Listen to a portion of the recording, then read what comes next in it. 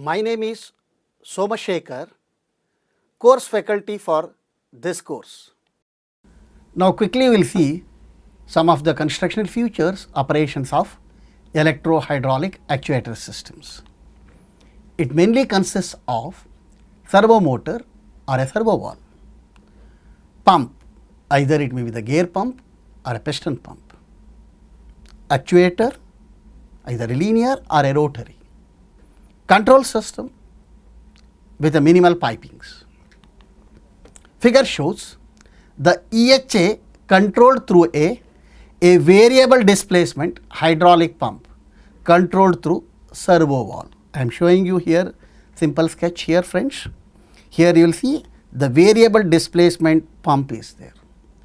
The angle of the swash plate is varied based on the direction of the actuator which is sensed through the EHA system here. Here you will see flight control computer is there, and here fixed speed electric motor which is drives through the electric supply. Very simple it is.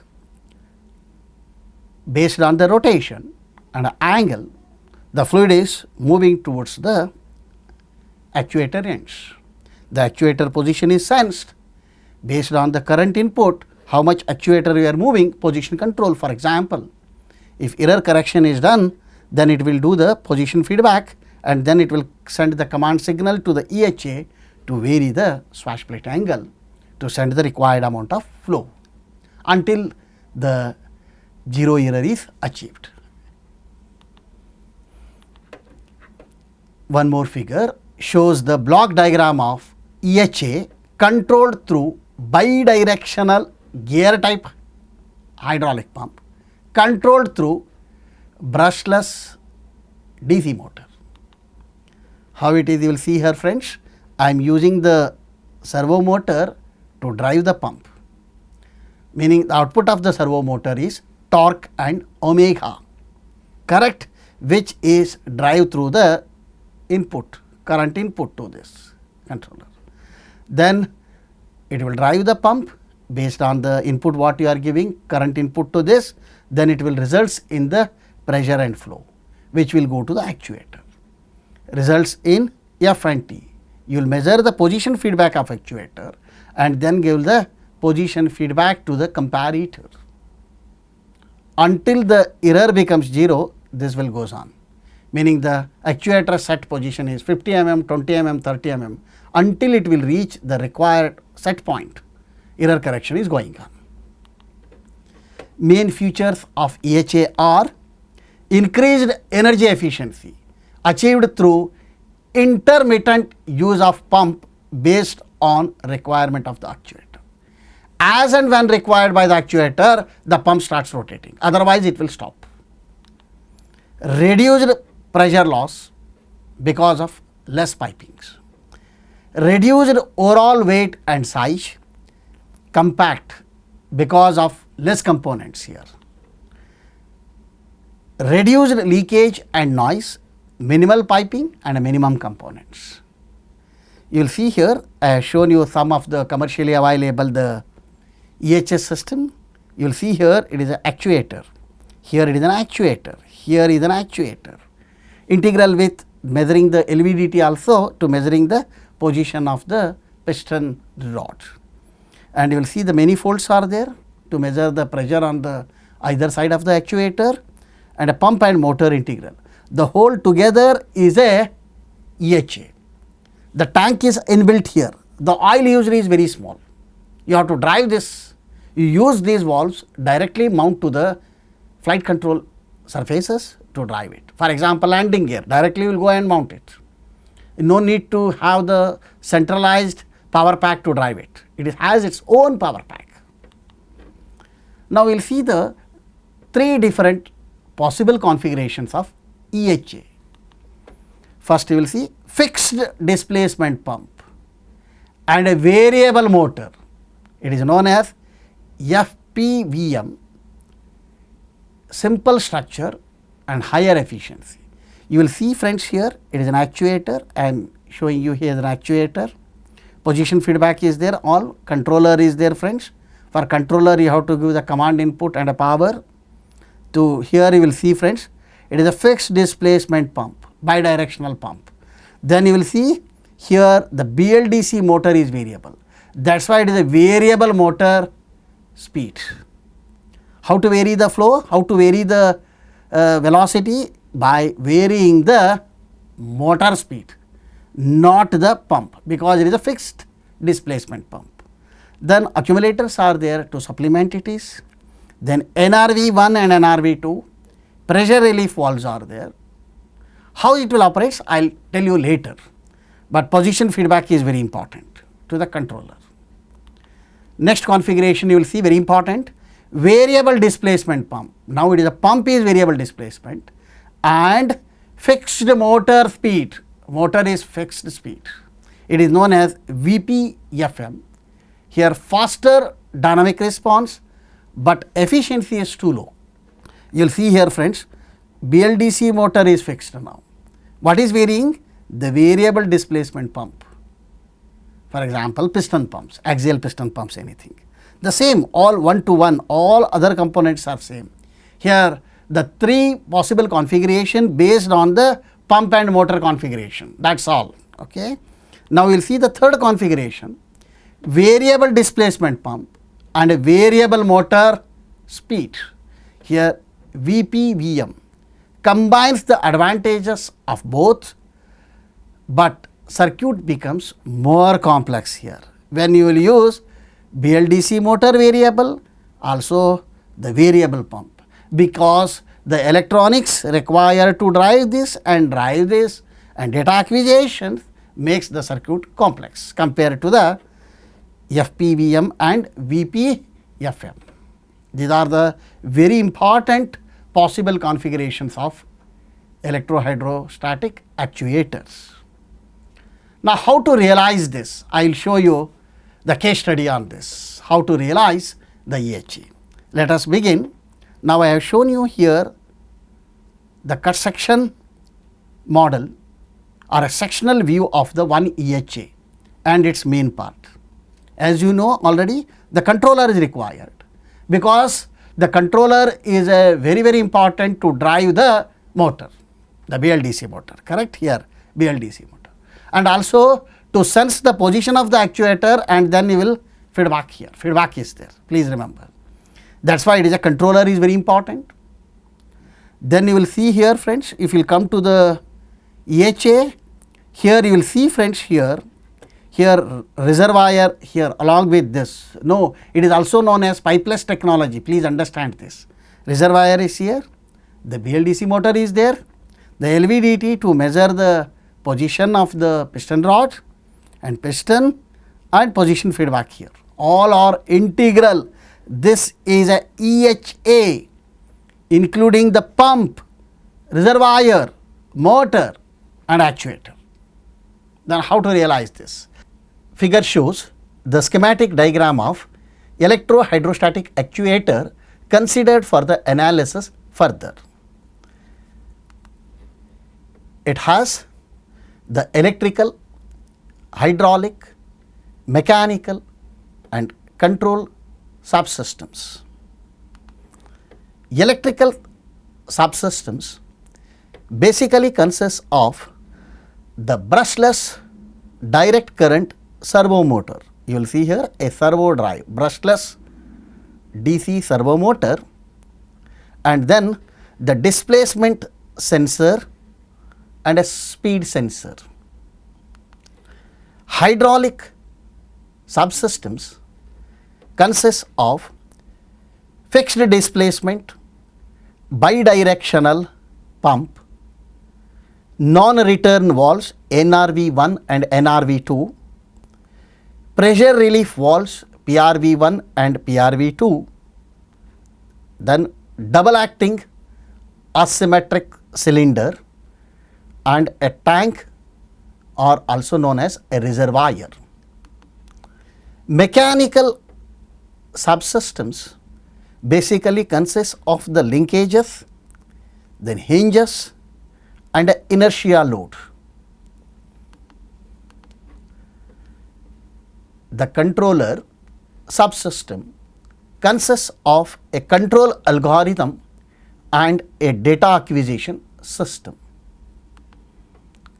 Operation: a position set point is given to the controller. It acquires the displacement sensor as a feedback. Controller gives the motor speed signal as a controller output based on the instantaneous error between the desired value and the measured value. The BLDC servo motor drives the bidirectional pump based on the controller output signal. The pump has the suction and a delivery lines connected to the double acting asymmetric cylinder here. Non-return valves is used to allow the flow to suction side and restrict the flow in the discharge side pump depending on the direction of rotation of the pump. Pressure relief valve is used to limit the maximum pressure and outlet lines of cylinder. The tank serves as a reservoir of oil. The piston rod, you will see here, the piston rod is attached to the linkage and a loading arrangements. Now, quickly we will see the operation of EHA considered. Correct here, it is a double acting asymmetric cylinder controlled through the fixed displacement bidirectional pump which drives through the BLDC servo motor, and controller is used for set point and a feedback. When the motor is rotating, assumed to be in the clockwise direction, what happens you will see. The flow is coming from the tank like this and it will go to the NRV2 and this is an inlet now, then outlet it will go to the head side. Then piston starts moving. When it starts moving, the flow at the tail side, it will come here, but it will not go through the NRV because it is a unidirectional valve, then only it will join to the inlet of the pump. Similarly, when the BLDC motor rotates anti-clockwise, then what happens? You will see here how the fluid will be sucked. Fluid will be sucked from the tank, it will go to the NRV1, then it will be the inlet now. This will be the outlet, flow will go to the rod end. Then whatever the fluid is there, it will come back here, but it will not go through the again NRV unidirectional, it will join to the inlet. That is why it is called as a fixed displacement bidirectional pump. Flow will be varied by varying the speed of the BLDC servo motor. Now, we will see the following are the main components required for realization of EHS system. You will see here there are various parts I have shown. I will explain to you now how to realize the parts. First and foremost thing is BLDC motor. Compact hydraulic power pack consists of a fixed displacement bidirectional pump. Now, here I am using the gear pump, oil tank, distributor block, accumulator, pressure relief valve, non-return valve, 2 numbers, control system like a LabVIEW or a servo drive, and a data acquisition system like a NI-DAC card. Sensors are LVDT pressure gauges, loading arrangements, pan arrangement and a dead weight. Now, I will show you the conceptual design in CAD how it is achieved. You will see here it is a compact actuator. The whole length is, overall length is 0.5 meter and the width is 0.15 meter. It consists of the pump, Manifold block contains the various connection to the BLDC motor to the pump and to measure the pressures on either side and also the space for the accumulator. Here it is an actuator, okay, either the asymmetric actuator or symmetric actuator. These are the different views of the conceptual design in the CAD model. You will design in such a way that the EHA should be very compact based on the output requirement. Now, I will show you some of the developed experimental setup in our laboratory. Both I will show you the horizontal cylinders and a vertical cylinder position tracking. You will see here, friends, this is a EHS system developed. This is a developed EHS system. Here you will see this is a tank, okay, air breathers are there, distributor block to which we are connecting to horizontal actuator, asymmetric or asymmetric, whatever you want. Then here we are using the NI DAC card to acquire the positions using the LVDT, and also you will see the arrangement made to load the actuator. Okay, this is the servo drive, power supply for the servo drive and the DAC card all. This is a power meter and it is system for data acquisition. Similarly, you will see, friends, for the vertical cylinder, this is a EHA same. Now, I am mounting the actuator vertical direction. Here I am showing you here it is a symmetric actuator.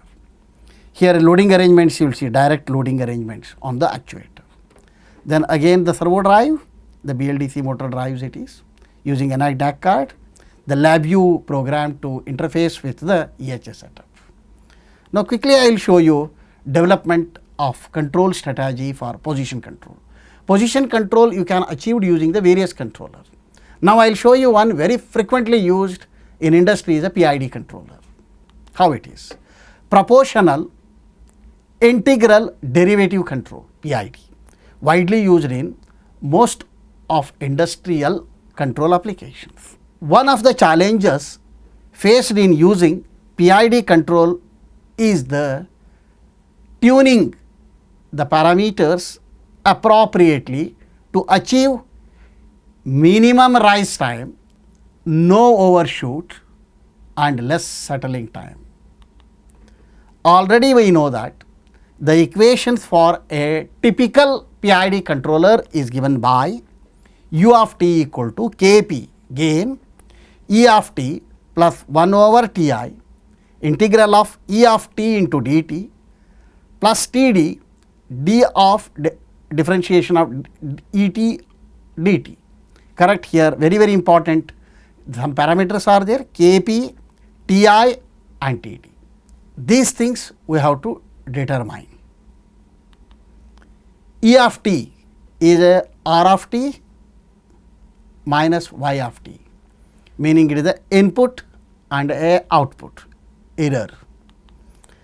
Now, here we have used Ziegler-Nichols tuning method for PID controller. What is this? Kp is increased gradually. What I am doing here, I am using the Kp is a variable parameter until a sustained oscillation is achieved on the actuator. Then note the critical proportional gain KCR and the critical period of oscillation PCR obtained. Like this you will see here, I have conducted the experiment keeping the other parameter constant. I am varying the Kp varied until the sustained oscillation is reached. Then you will note down the critical gain how much and critical period of oscillation how much it is. Here I am written the KCR is 2100, critical period of oscillation is 3.047 seconds. Then gains of PID controller, meaning what? After knowing Kp, you have to find out Ti and Td using the empirical relations given by Ziegler-Nichols method. PI, how to arrive. PI means what is that? Proportional and integral gain, meaning Kp and Ti only. PD means proportional and derivative gain. How to arrive? These are the empirical relation, meaning 0.45 times the KCR, 0.125 times PCR. Similarly, PID, proportional gain, integral gain and a derivative gain. How to arrive this parameter? Using the Ziegler-Nicholas method. Now, we will quickly see the responses of controllers. PI controller, how it behaves, PD controller, how it behaves, PID controller, how it behaves for the step input signal of 25 mm actuator motion. You will see 25 mm actuator motion, how my PI will work, PID will work and PD will work. Please understand friends, if a PI controller, overshoot is more, correct, overshoot is more, but quickly it will, when it will achieve the 25 mm, larger time. Similarly, you will see the PID, also you will see the red color is a PID, you will see so many overshoot. But PD you will see friends, it is very smooth, but it will take the more time to acquire the required steady state positions. Now, what to do now? So, PD controller is showing the best performance in position control, because PI and PID is having the overshoots, but in PD no overshoots. Now, we will see now I am using the PD controller, effect of Kp. It is varied in PD by keeping TD as a constant. Derivative gain I am keeping constant 0.38 second. Now, what happens you will see friends now? You will see the response here. Kp is 1000, 1200, 1400, 1600. If as Kp is increased, the rise time decreases and overshoot increases. See here, overshoot increases, but rise time what happen? Decreases when we will move from 1000 to 1600. Now, we will see effect of TD. It is varied in PD controller by keeping Kp as a constant parameter 945. Now, you see TDI varied from 0 to 0.36, meaning what happens you will see here from 0 to 0.36, what happens you will see the response for the same set point 25 mm. As TD is increased, the system damping increases and overshoot reduces. Like this you have to play with PID controller, P controller, PI controller, PID controller, PD controller one by one until you will get the best performance. Best performance means no overshoot, very quickly attaining the steady state. Now, we will see now later we adopted the fuzzy FEED. I am not explaining much here, but fuzzy FEED controller also adopted, but you will see here friends,